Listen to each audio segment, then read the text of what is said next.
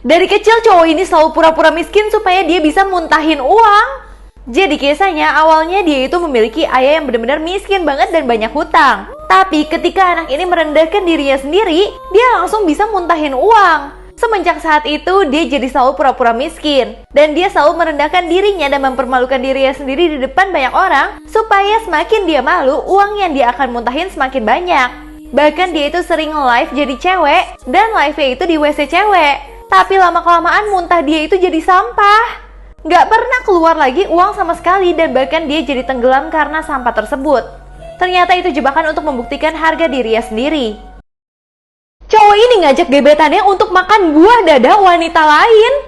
Jadi kisahnya, cewek ini benar-benar gak sengaja ketemu sama cowok yang super ganteng. Dan dia benar-benar langsung jatuh cinta sama cowok ini. Tiba-tiba si cowok ngajakin dia ke rumah dan dia dibuat pingsan. Ternyata si cowok itu memang suka banget ngegebet cewek-cewek cantik untuk diambil dagingnya satu persatu. Dan diambilnya dalam keadaan mereka semua itu masih hidup, supaya dagingnya pas dijual benar-benar fresh banget. Sampai akhirnya cewek yang terakhir itu pura-pura kalau misalkan dia itu juga psikopat dan suka juga makan daging yang sama seperti cowoknya. Akhirnya si cewek dipaksa dong untuk makan buah dada dari wanita lain. Pas dia pura-pura suka, abis itu dia langsung muntah-muntah. Tapi dia itu mempunyai strategi supaya cowoknya itu percaya sama dia. Akhirnya cowoknya juga udah mulai terjebak nih, jadi jatuh cinta sama cewek ini karena cewek ini memiliki kesamaan. Tapi ternyata itu semua strategi ceweknya supaya dia bisa kabur dan menolong semua cewek yang terjebak di situ. Bahkan akhirnya dia itu bisa selamat. Cowok ini pura-pura hamil padahal di dalam perutnya isinya tuh uang semua. Jadi cowok ini terkenal di kalangan temennya kalau dia itu sering bercanda, tapi bercandanya itu keterlaluan. Temennya ditumplekin kue, kalau ada temennya makan dibilang gendut. Pokoknya semuanya dia bilang itu tuh cuma bercanda doang. Sampai tiba-tiba dia ketemu uang yang banyak banget, tapi dia malah dikejar-kejar karena dikira maling. Akhirnya dia berdandan seperti cewek hamil gitu, padahal di dalam perutnya itu isinya uang semua. Nah dia seneng banget dong, apalagi dia ketemu nenek-nenek yang malah membantu dia untuk ngumpet.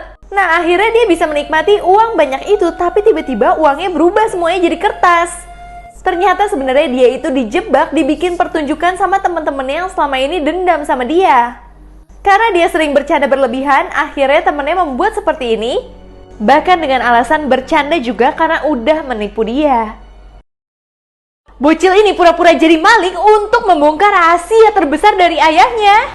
Jadi anak ini sering banget dilaporin polisi karena ternyata dia itu malingin duit ayahnya. Bahkan terlihat dia itu sengaja benci banget sama ayahnya. Ibunya bingung dong, kamu itu maling duit buat apa sih nak? Padahal ibu kasih uang buat kamu. Akhirnya ibunya mencoba mencari tahu. Ternyata ibunya membongkar bahwa anaknya itu ternyata udah punya cewek dan cewek itu hamil. Dan uang yang digunakan itu untuk membiayai ceweknya ini berobat ke rumah sakit. Di situ ibunya benar-benar shock banget. Tapi si anaknya itu jelasin kalau misalkan ini semua adalah rahasia ayah. Dia itu malingin duit ayahnya karena ternyata cewek itu adalah selingkuhan ayahnya. Bahkan ayahnya hamilin dia, yang membuat anaknya sengaja pingin ngambil semua duit ayahnya untuk bertanggung jawab atas semuanya. Akhirnya si ibu menceraikan ayahnya, dan ibunya malah merawat anak dari suaminya sendiri. Setiap hari kakek ini selalu nangkepin anjing-anjing untuk dia cincang. Jadi tiga pemuda ini selalu ngeliatin kakek ini yang kelihatan jahat banget. Bahkan gak hanya nangkepin anjing aja, pas mereka ngintip si kakek itu lagi cincang dagingnya. Di sini mereka marah banget dan menangkap si kakek itu, tapi akhirnya mereka malah malu karena anjing di rumah kakek itu malah banyak banget dan menyambut si kakek. Ternyata kakek itu menangkap anjing-anjing jalanan supaya bisa dia rawat, dan yang dia cincang itu adalah makanan untuk anjing-anjingnya. Di sini mereka merasa bersalah banget, akhirnya mereka membantu kakek untuk membiayai semua perawatan anjing tersebut. Setiap cewek ini makan selalu bisa dirasakan sama temennya yang udah meninggal, sampai akhirnya dia dipaksa makan durian. Jadi cewek ini tuh bener-bener sedih banget karena temennya baru aja meninggal. Tapi dia merasa dia itu selalu bisa ngeliat temennya. Ternyata apapun yang dia makan, temennya bahkan juga bisa merasakan.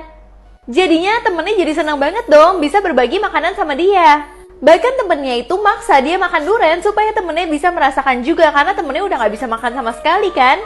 Karena dia sayang banget sama temennya, akhirnya dia kasih. Bahkan temennya bilang dia itu pingin pinjem badannya dia. Dikasih juga dong, jadi rohnya dia keluar dari badannya dan roh temennya masuk ke badannya. Nah, setelah semua ini terjadi, temennya itu mulai nyaman banget di badannya dia. Dan bahkan temennya jadi nggak mau keluar lagi sama sekali. Lama-kelamaan rohnya dia udah nggak bisa masuk tubuhnya lagi. Dan roh temennya yang masuk tubuh dia selama-lamanya. Cewek ini dipaksa makan obat yang bisa menghilangkan sakitnya dia ke orang yang paling mencintai dia. Jadi pas lagi sakit gigi, temennya maksa dia makan obat tersebut. Tapi dia itu takut kalau misalkan pacarnya nanti sakit gigi juga. Karena pacarnya itu dia yakin adalah orang yang paling mencintai dia. Tapi ternyata pacarnya nggak sakit gigi sama sekali. Nah, dia bingung dong, siapa ya yang sakit gigi juga yang mencintai aku sebenarnya? Pas dia nanya mantannya, ternyata mantannya juga nggak lagi sakit gigi.